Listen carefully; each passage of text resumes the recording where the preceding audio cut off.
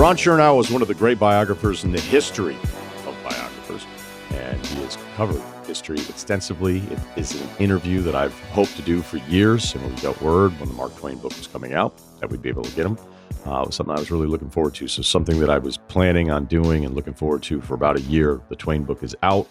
We discuss it. We also get into some of his other works, Hamilton, Washington, a little bit of Grant. There's some overlap on some of these characters as well. So I hope you enjoy it. I know I did. This has been years in the making, and I am thrilled, as excited as I've been in a long time for a guest. Author Ron Chernow joins us. Good to see you. Pure pleasure to be here. Thank you, Ryan. I just finished Twain. I appreciate the work that you put into this one. I wait with great anticipation every time I know something new is coming through, so I rip through it. Let's start with something simple. Why Twain? Okay, back in 1974, I was a struggling 25-year-old freelance magazine writer in Philadelphia. And one night, I saw posters up around town that said, "Mark Twain tonight!" ! A 90-minute show by Hal Holbrook. Now, Hal Holbrook, maybe forgotten figure for a lot of people, was an actor who did this one-man impersonation of Mark Twain. And so I went, and there he was, standing up on the stage with the trademark white suit and the cigar and the unruly mustache. And he told one political witticism after another that left me howling with laughter. He said, there's no Native American criminal class except for Congress. Or he said, suppose you're an idiot, and suppose you're a congressman, but I repeat myself. And then he said, I say it with pride that we have legislatures that bring higher prices than any other in the world. Well, I was just sort of howling with laughter because the lines were not only so fresh and funny, they still felt very pertinent. And these were lines that had been written 150 years ago. So this kind of started my Mark Twain obsession. It was almost more with Mark Twain, the platform artist and the political pundit, than just the Mark Twain of the novelist. And then about 20 years later, Ken Burns did a very good 4-hour documentary series about Mark Twain. The first half was kind of the familiar Mark Twain. It was the Mark Twain of Tom and Huck and Life on the Mississippi, and it was all rather, jovial and merry. Then the second half was about his later years that were really quite tragic. So at first you had this great literary triumph, and then you had, tremendous personal complications. He goes bankrupt. He's forced into exile. There are calamities in his family. So, as a biographer, what I always look for is that kind of combination of light and shadow, because we're all strange mixtures of good and evil. And I was amazed by just the many contradictions of this man, and that the story was really much more complicated. We have this image of this merry man with a twinkle in his eye telling funny stories, and it was a lot more than that. Anyone that's able to be this creative as long as Twain was, which is one of my favorite kind of parts of the arc of his story, is like he was this significant for this long. Like, do you know how hard that is to pull that off? What do you think was the most influential stage or experience or part of his life that led to having him this unique voice? Well, he had a way, and some of this was just accidental. He had a way of always being where the action was, where, a vast swath of humanity crossed his path. For 4 years, when he was in his 20s, he was a steamboat captain on the Mississippi. And you can imagine that every breed of humanity crossed his path. The Civil War breaks out, blocks commerce on the Mississippi.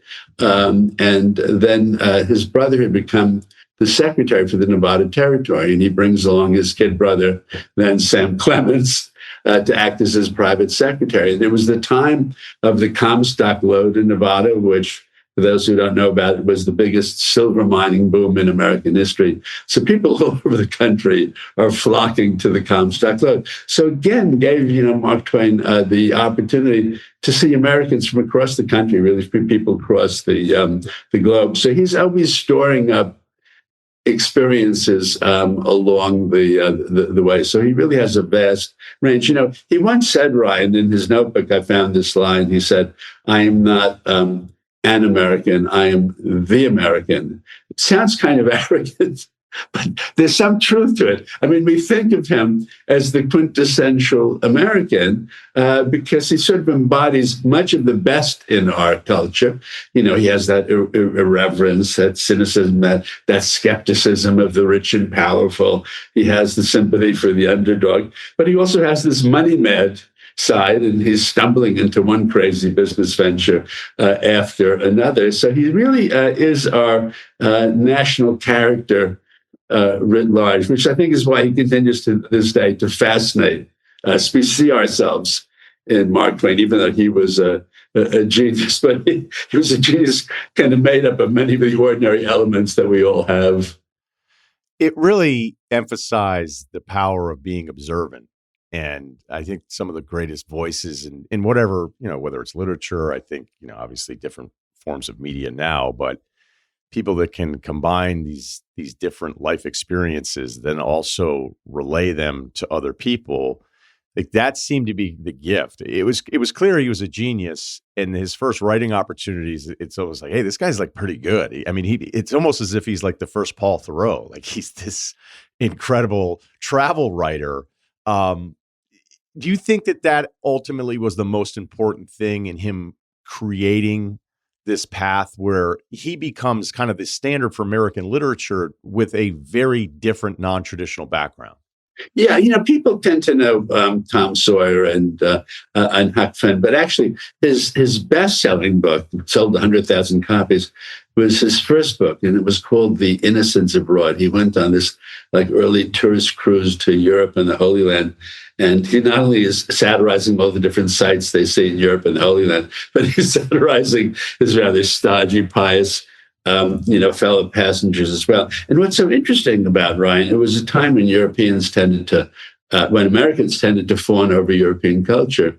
And here is Mark Twain, who is wildly irreverent about everything that he sees. They're dragging him through one museum after another instead of being awed by paintings. He said that he loathes the old masters and he only wishes that they had died sooner.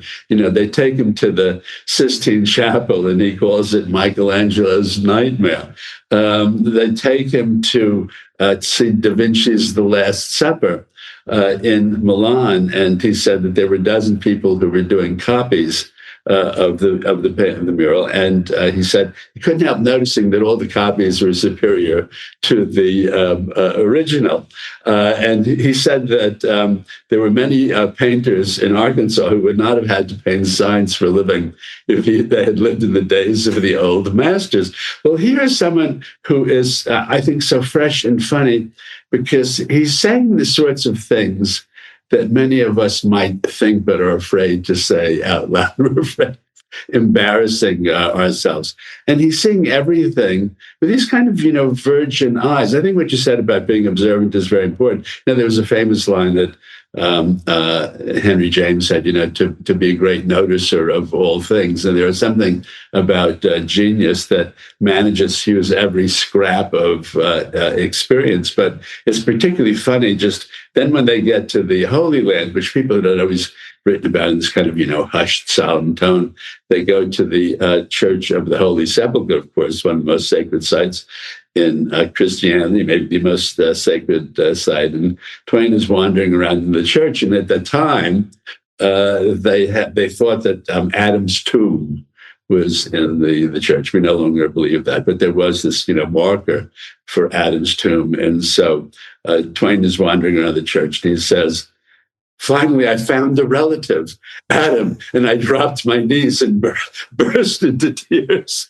He was again, who would dare to sort of be funny and satirical at that moment? And he always found enormous humor in Adam. In fact, he said that he always envied Adam because when Adam told the joke, he knew that no one had told it before. He's a contradiction for a bunch of different examples that you point out in the pages. I enjoy him kind of liking his small town, if you ended up in Hannibal, like you must have made a mistake type of upbringing, this rascal, this outsider. And yet he also really enjoyed the finer things in life, whether it's his choice in marriage, where he settles in Hartford. I would say he would give George Washington a run for buying on credit, remembering your book on him. But he seems to be like, hey, I'm this everyman, but I'm also sort of an elite socialist as well. No, it's interesting because he's born in this little town called Florida, Missouri, all the way up in the northeast corner of Missouri. It had a town of 100. In fact, he said that when he was born, he increased the population of the town by 1%. He said there's no record of anyone else doing so much, not even Shakespeare. And then when he's 4, the family moves to Hannibal, which was 35 miles to the northeast, very significant because it was right on the Mississippi River. And of course, that's going to change his life. But here's this poor boy, his father failed at one business after another. Fast forward to he meets Livy Langdon, who's this heiress from upstate New York. Her father had made a fortune in coal and timber and railroads. Twain himself begins to make a fortune from book royalties and lecture fees. And between Livy's inheritance, and Twain's royalties and fees, they buy a 25-room mansion in Hartford, Connecticut, 11,500 square feet with a loyal team of 6 servants. And so it was kind of one of the basic contradictions of his life, not only because he was so poor and then he went to, being so rich. But his first novel was entitled The Gilded Age. Actually, it was Mark Twain who coined the term The Gilded Age. And in that book, and many of his other books, he's satirizing the plutocrats of his day. But in his private time, in his private life and investing life, he's doing everything in his power to become a plutocrat himself. And he succeeds. And he and Livy as much money as they have. They were just incorrigible spendthrifts and always had this tremendous overhead, which put a lot of pressure on him as a writer.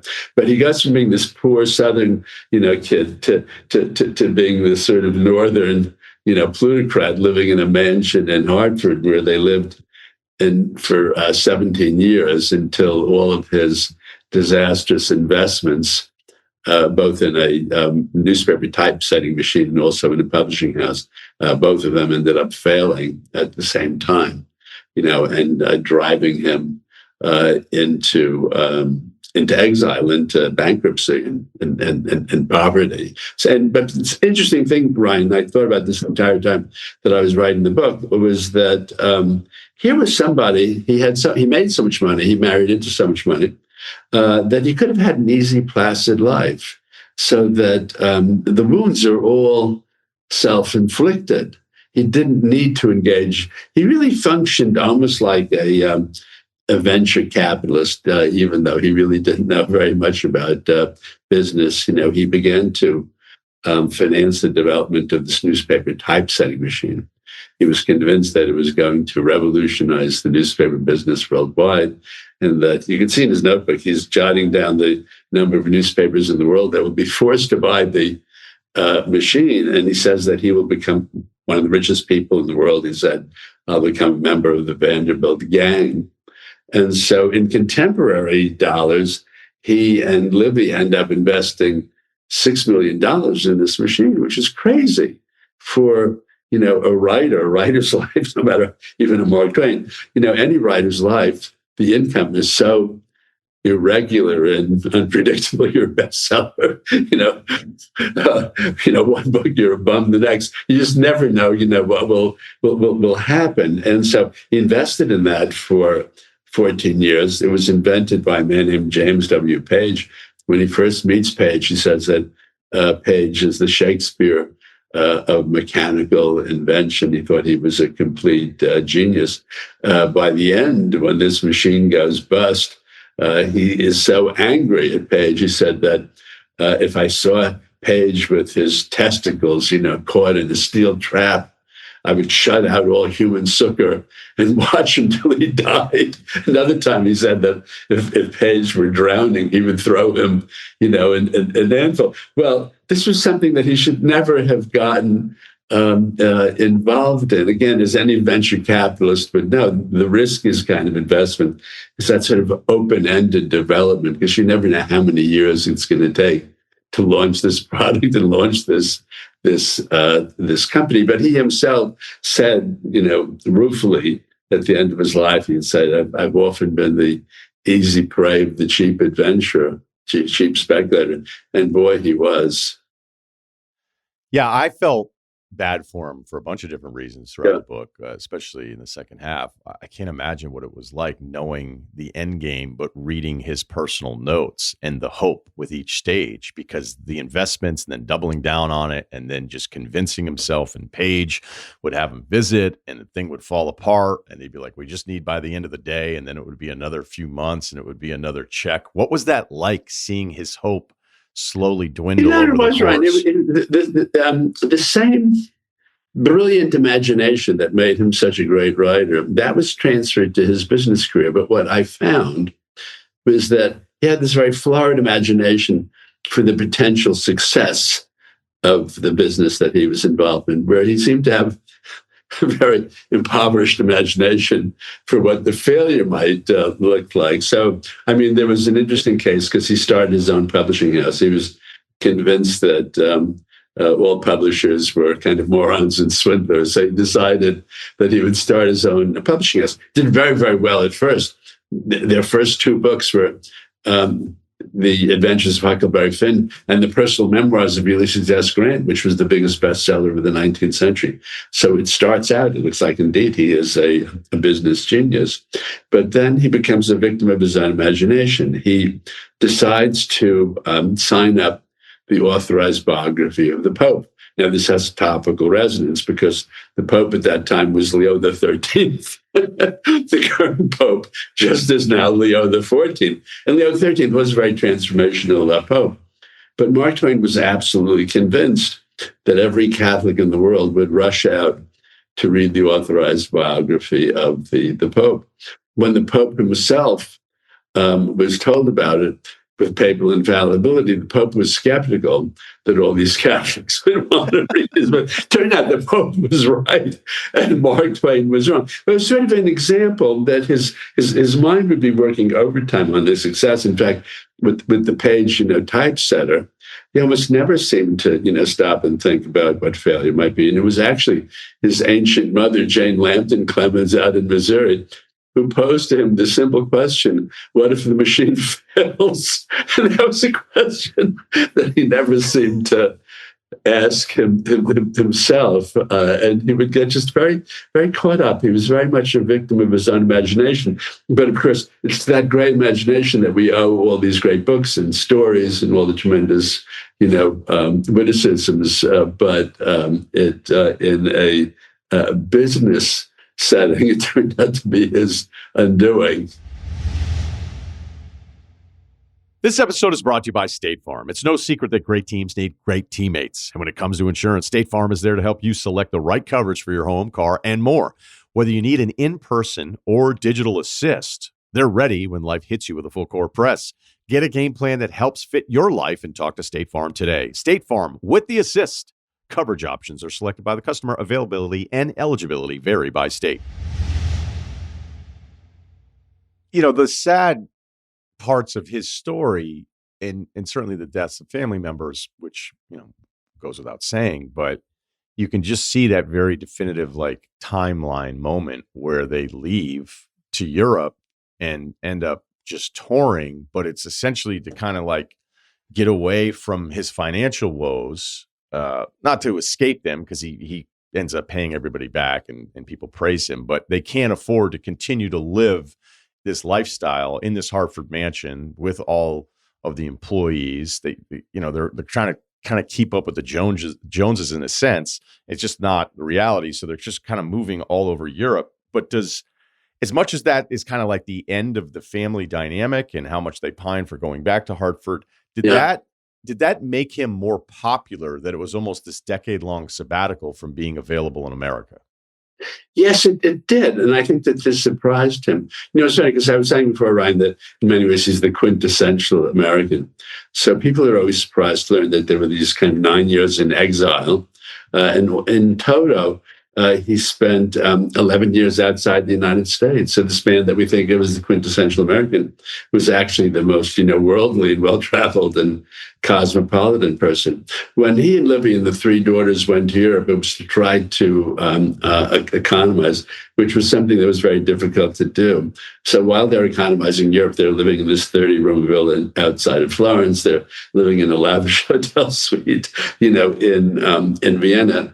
But when he comes back to America, he is surprised that his popularity has grown in his absence. He's more popular than ever. In fact, he had to do kind of in the middle of that exile period, he does an around the world tour. And people all over the United States and Canada, and then he goes to Australia, New Zealand, then to India, then to South Africa. He's amazing, number one, that he has fans all over the world, and that he's so beloved, and that people come out to see him lecture because they knew the story of his bankruptcy, and they're trying to help him out. In fact, there's an interesting moment. Livy, because she had this very aristocratic background, for her, when they went bankrupt, she felt this tremendous stigma of bankruptcy. She said, we must pay back the creditors every penny. Well, they end up paying back the creditors a little bit ahead of schedule. And Mark Twain is reluctant to publicize that because he's getting all these lecture fees and selling all these books because people feel badly for him that he's gone bankrupt. So he doesn't want to announce too quickly that he is out of bankruptcy. But it's interesting that at the very end of his life, this picks up something he said at the beginning. When he died, the New York Times said that Mark Twain had become so integral to American life that it was very hard to imagine a time when he was not there. It still is actually difficult for us to imagine, America without Mark Twain. But after the 9 years of exile, when he comes back to New York, he's more beloved than ever. And it's also interesting, he always had very, very strong opinions, unsurprisingly. But he'd start out, he was the beloved humorist. And so he was always afraid that if he expressed these strong opinions, that he would alienate his loyal readers. Well, when he comes back to the United States, this is now about 1900, he's in his 60s, he suddenly is fearless and outspoken and saying all of these controversial things. In fact, everyone knows about the white suit. He suddenly, appears in the white suit. And when the reporters asked him, why are you wearing this white suit? And he said, it's the uniform of the American Association of Purity and Perfection, of which I'm president and sole member. But it was interesting that with the white suit, he used to call the white suit his I don't give a damn suit. We're accustomed to thinking of people mellowing with age. Mark Twain is the opposite. He becomes more and more of a political activist, more and more outspoken on different topics. And he is embraced by the country, and he's willing to say a lot of really very controversial things that he would never have dared to have said earlier in his career. Whenever you're going back in history and you start thinking of okay, we're digging through the memoirs, we're digging through their opinions on what are current events at that time, and then you're applying today's understanding of these same topics, it's where, history, I think at times can be a little unfair in how we judge some of these people. I mean, to me, sometimes I think it's a complete waste of time to apply today's standards. But what's so fascinating about Twain is that he is so advanced on so many of these issues, whether it's race, all of his stuff. I don't want to say everything because I don't know all of his thoughts or every single one of his written words, but women's rights, he's all over it. Religion, he's just fearlessly, to your point, pragmatic about it. It doesn't make a ton of sense for a thinker like him. And then it even gets to the point with imperialism where once he travels the globe, he starts coming back. I mean, he is on fire. You're right. It's the complete opposite of aging gracefully. It's like I actually have way more thoughts, and it doesn't have anything to do with two fictional characters on a raft. Yeah, in fact, when he comes back after the Spanish-American War, the U.S. occupied the Philippines, And Twain had been a strong, was kind of jingoistic supporter of the Spanish-American War. He thought it was a noble war and a righteous war, and he was very much in favor of it. He felt that it was these Cuban insurgents against their colonial Spanish overlords. And as part of that, we took over the Philippines. And he felt that we had taken over the Philippines in order to create a Philippine, he said, instead of redeeming the island, we subjugated it, we conquered it, it became a territory for us. And he got up at a dinner in New York City. Everyone always wanted Mark Twain as the Toastmaster at a banquet. He was perfect for that. So he gets up at this banquet where everyone is imagining he's going to say sort of delightful and funny things because he's Mark Twain. Instead, he starts talking about the Philippines. And he said that the American soldiers in the Philippines were fighting with disgraced muskets under a polluted flag. Wow. We've all been through wars. We know that to kind of criticize, a war is always a very risky thing to do, and you risk a tremendous backlash. In fact, when he said this at this banquet, someone immediately rushed up to the stage and said, our soldiers are not fighting with disgraced muskets, and they're not fighting under a polluted flag. It was very difficult for him to say that. He lost a lot of readers. I mean, you could see we have like 19,000 letters that were written to Mark Twain. You could see the letters that people were writing to him. Mr. Twain, I used to think that you were so funny, and I loved all your stories, and I'm never going to, read you again, because there were a lot of people who agreed with him. There were a lot of people who admired his, courage in doing this. But suddenly, everything that has been kind of stewing around inside Mark Twain starts coming out. And you mentioned his views are always surprising in terms of women's suffrage. He said that there would never be a perfect civilization until there was an exact equality between men and women. He said that the average woman has a higher intelligence than the average man. I won't comment on that. He had tremendous admiration for the Jews. We've had so much discussion recently of anti-Semitism, and Mark Twain said that the Jews were the most marvelous race on the planet. He said they were the intellectual, aristocracy, et cetera, et cetera. And he was one of the first people to speak out in terms of the Dreyfus case in France. And so you never quite know what his take is on something. And I think that part of the power, people very often ask me, would Mark Twain have been a Republican or a Democrat, then or now? And it's interesting because we're going through this period of hyper-partisanship, two warring camps. Well, that happened in his day. And in fact, he made the statement, he said that things had gotten so bad that if the Democrats included the multiplication table in their electoral platform, the Republicans would vote it down at the next election. So he became what was called a mugwump. He felt that people had become captive of party, and that they just kind of repeated the slogans, the positions of the party. And what the mugwumps represented was that they would not have that kind of party allegiance, and that they would vote for people based really on the content of their character. And he talked about the fact that when he was a boy, in order to get you to vote for someone, they would hand out donuts. And so he claimed, I don't know if this was true or not, but he claimed when he was a boy, he was a member of the anti-donut party.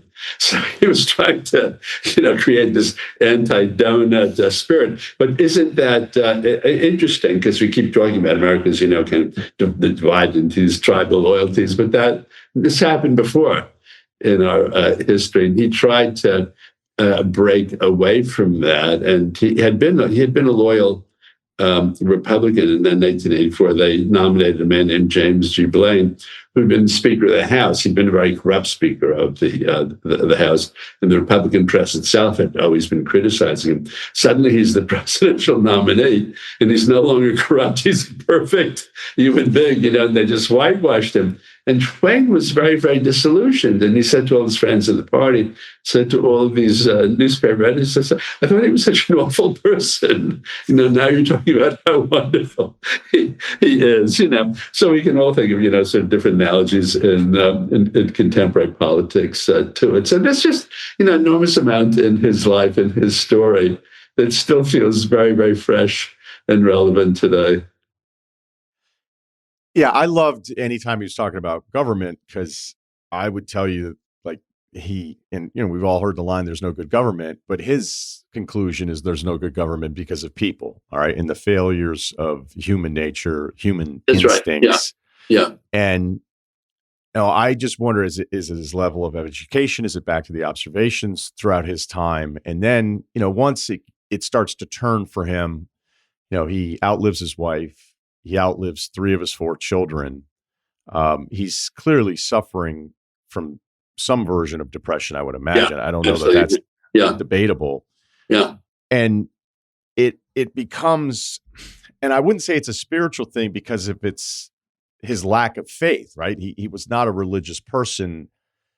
I felt really sad towards the end of the book, Ron, because it's this brilliant character that has this experience in life so few would ever have. And yet it seems like towards the end of his life, he's coming to the conclusion that life is just a test that everyone will ultimately fail because of the nature of human beings. Yeah, it's again one of kind of many contradictions and ironies of the story of this man who made us laugh more than anyone else, just had so much sadness in his life. And he said, and made a couple of statements later in his life, he said, life is not a comedy. Life is a tragedy, sprinkled here and there with comedy, but only to heighten the pain and amplify it by contrast. Another time he said that life was a fever dream in which sweetness was embittered by sorrow and pleasure was poisoned by pain. Those are kind of pretty grim statements. But, in his own life, as you were saying, there were so many family members, who had died. At one point in the book, I make this statement, that suddenly so many awful things happened in his own family. It's amazing he didn't commit suicide. So you can see the bitterness and the pessimism coming from his own experience. And it is a sad thing because he was such a beloved figure, who brought joy to so many people. You would have liked to have seen him, have this, happy old age. And instead, he's this kind of lonely man, and he's raging, and then his behavior becomes increasingly odd. Would he have liked this book? I think I have to say that Mark Twain tended not to be generous in his attitude towards other authors. I can give you a long list of authors he hated, starting with Jane Austen and Sir Walter Scott and George Eliot, et cetera, et cetera. All people who were widely read by his wife and 3 daughters, were sort of sticking it to, their father. So he could be a very tough critic about other authors. I would hope that he would feel that it is an honest book. And there are different things. He has this very late in life obsession with teenage girls called the angelfish. I don't know if you want to get into that at all. He had. I would just now the way you set it up. Let's follow through on what.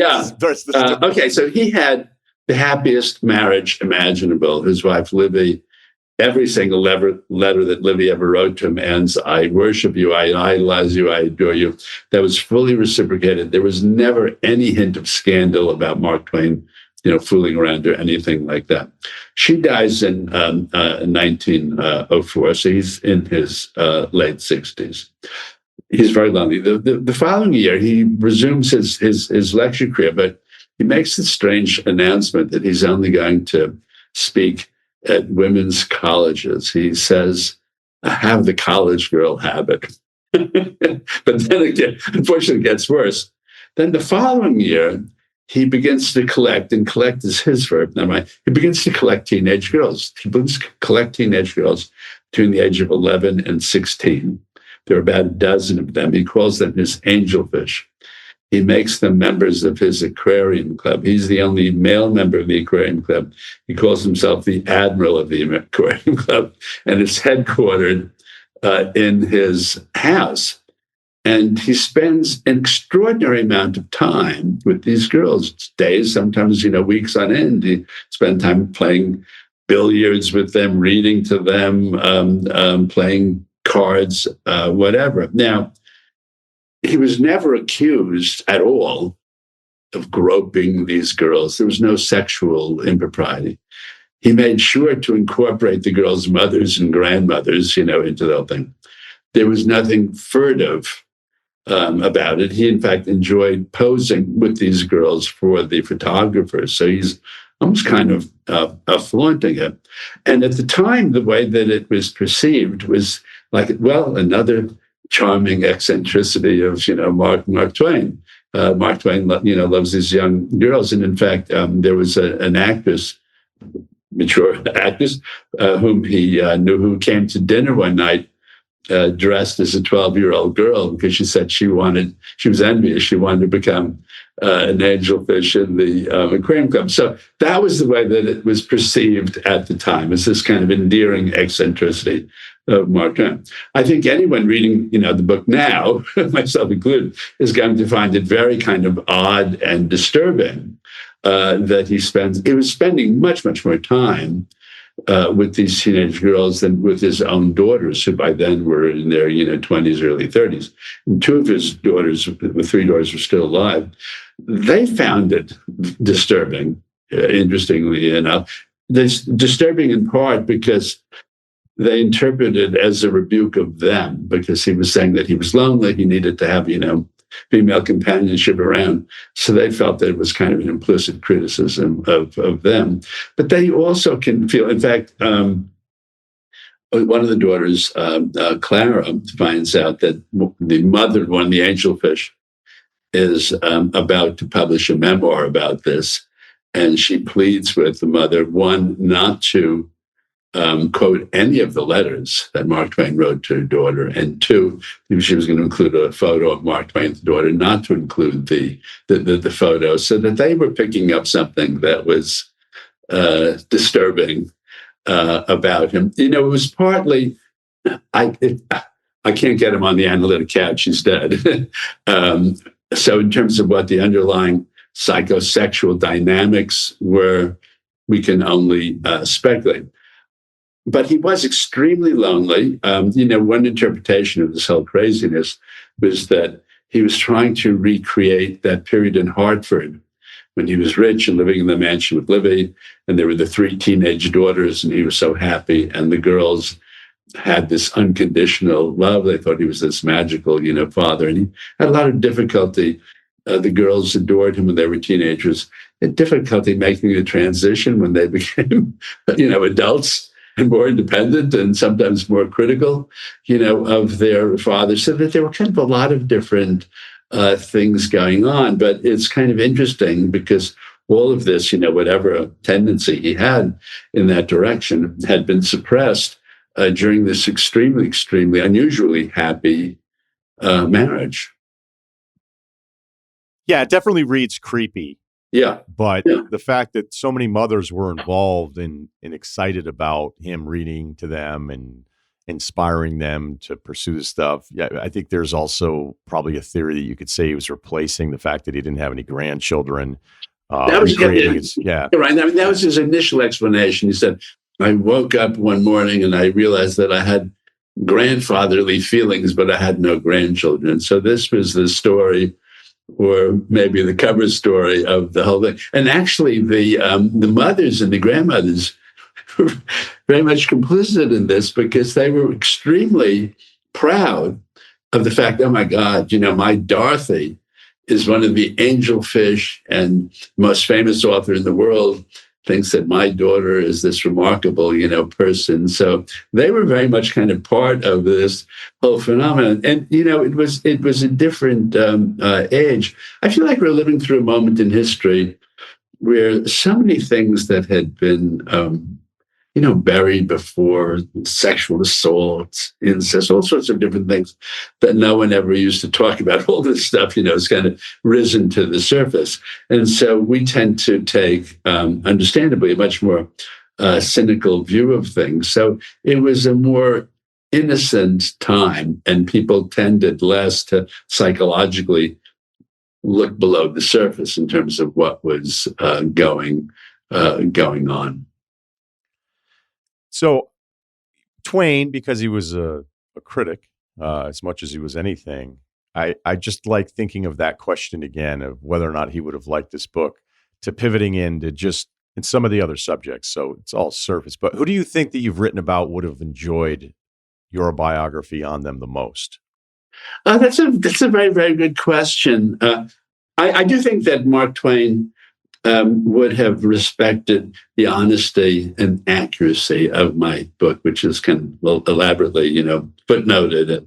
Because I think that there's been a tendency to stereotype him as just, the kind of merry man with the white suit and the cigar, and the story was much more complicated. So I think that he would have respected my desire to try to dig below the surface.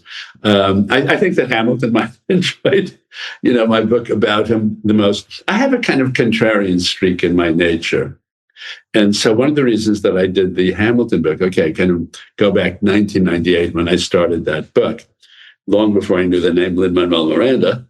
I did that book. Number one, Hamilton was becoming this forgotten founder. People knew he was on the $10 bill.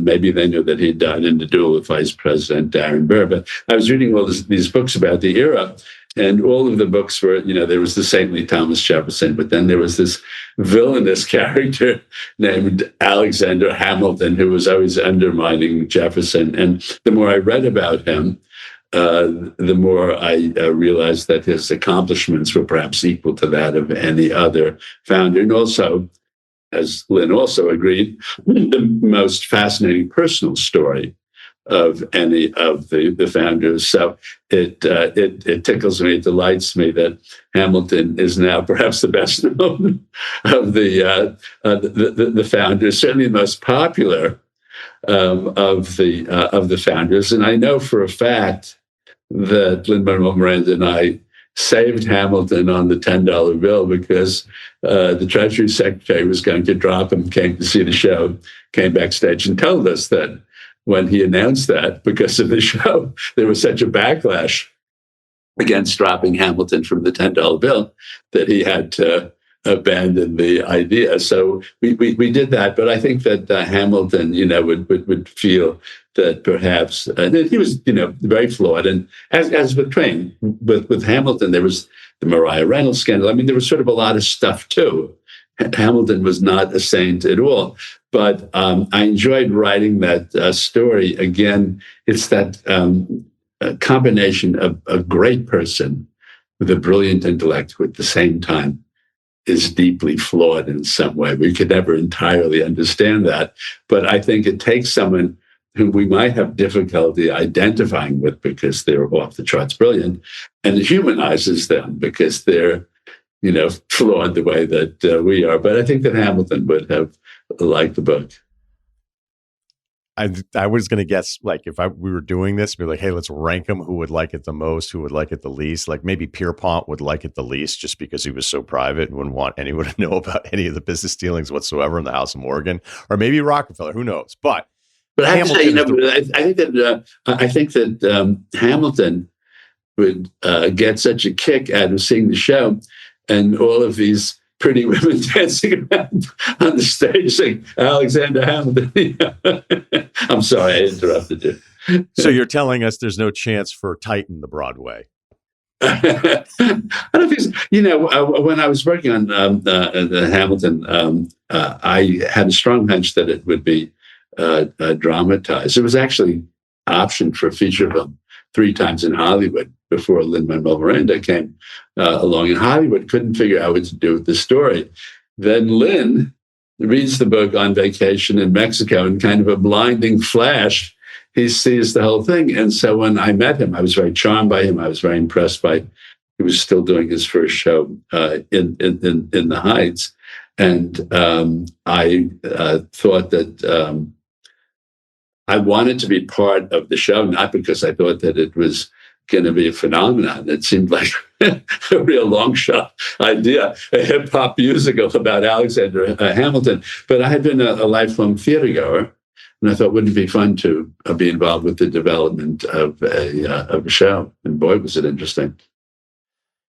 It is the perfect drama of a single figure. Yeah. Like that book reads, like I've told people like, hey, which one? And I'm like, look, you may want to go the other way because of the popularity, because of the play and everything. I'm like, when I got done with that, I put it down and went, like, what a ride. You know, like all of these elements and the villain hanging in the background and re-entering the story over and over again. Yeah. You can't believe that it's true.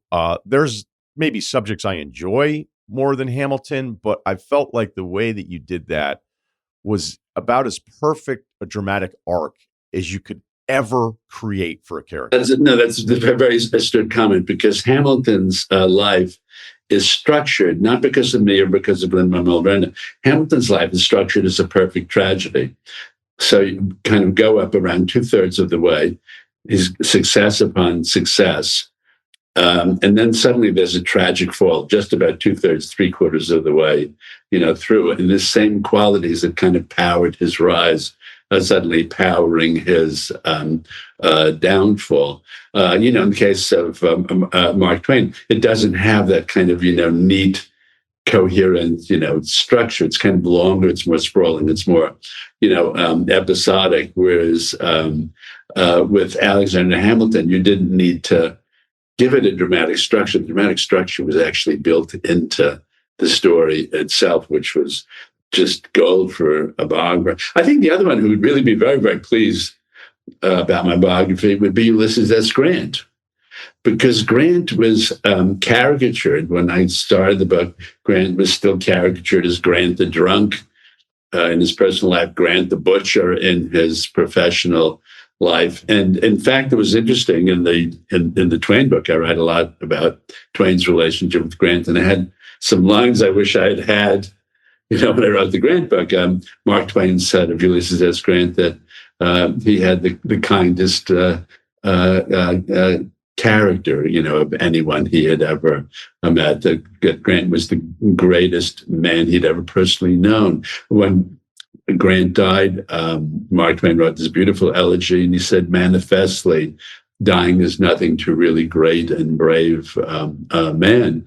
But I think that Grant would really have felt that I had rescued him from a lot of stereotypes that had become encrusted onto his life. And he was a genuinely, good human being, and what he accomplished was quite extraordinary. I wanted to end on a Twain quote here that I thought really, like, there's a bunch of quotes from him that you could say, hey, this is the one that summarizes all of it. But yeah. I think it plays well with so many of your subjects. And he says, only man's pride places him at the center of things, endowing him with an undeserved cosmic significance. And when I think about Washington, he wanted that significance. And it was exciting for me to learn about, like, a Lafayette coming over because he wanted significance. And at that time, we're going 200 years ago, we're talking about if man is determined to be significant, really the only way that you can stand out is through war. You have that element with Grant. You have it with Pierpont, who's more expected to follow in the father's footsteps and become this worldly banker. And then Rockefeller's dominance financially is a whole nother level. And then Twain himself finds significance by becoming the standard of American literature. Yeah. When you're going back, and we're talking about some of the most important people in the history of this country in shaping it for a variety of different reasons, what do you think you've learned about these men, or the men in general, that stood out for their drive, their determination to be remembered by history? Well, drive, determination, you put your finger on two things. What I found with all of them was that there was a clarity of vision, and that they were able to kind of harness all of their drive and energy and determination in terms of achieving that goal. I mean, one of the main things that made Washington such a great figure during the Revolutionary War was that here are all of these other generals who were jockeying for power. Their interest is sort of more egotistical. And Washington keeps his eye on the ball, that the objective is to win the war and to unify the country. And he was never deflected from that. And that was always very clear in his eyes. The exact same thing happened with Ulysses S. Grant, that the objective was to win battles, to preserve the Union, and then to abolish slavery.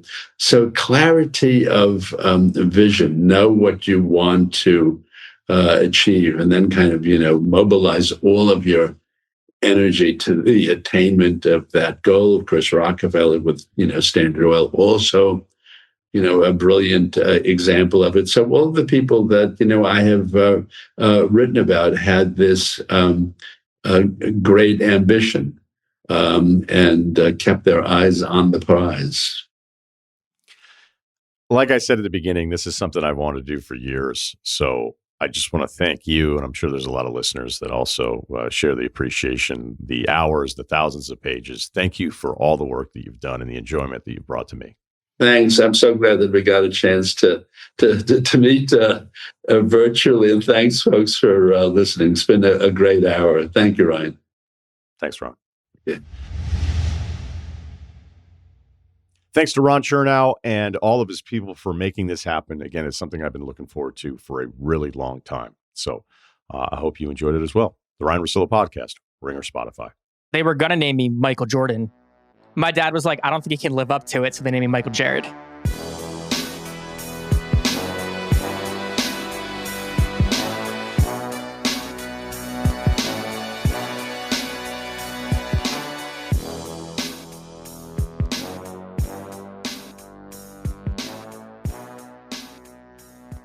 Must be 21 and older and present in select states. For Kansas, in affiliation with Kansas Star Casino, or 18 plus and present in D.C., Kentucky, or Wyoming. Gambling problem? Call 1-800-GAMBLER or visit rg-help.com. Call 1-888-789-7777 or visit ccpg.org/chat in Connecticut or visit mdgamblinghelp.org in Maryland. Hope is there.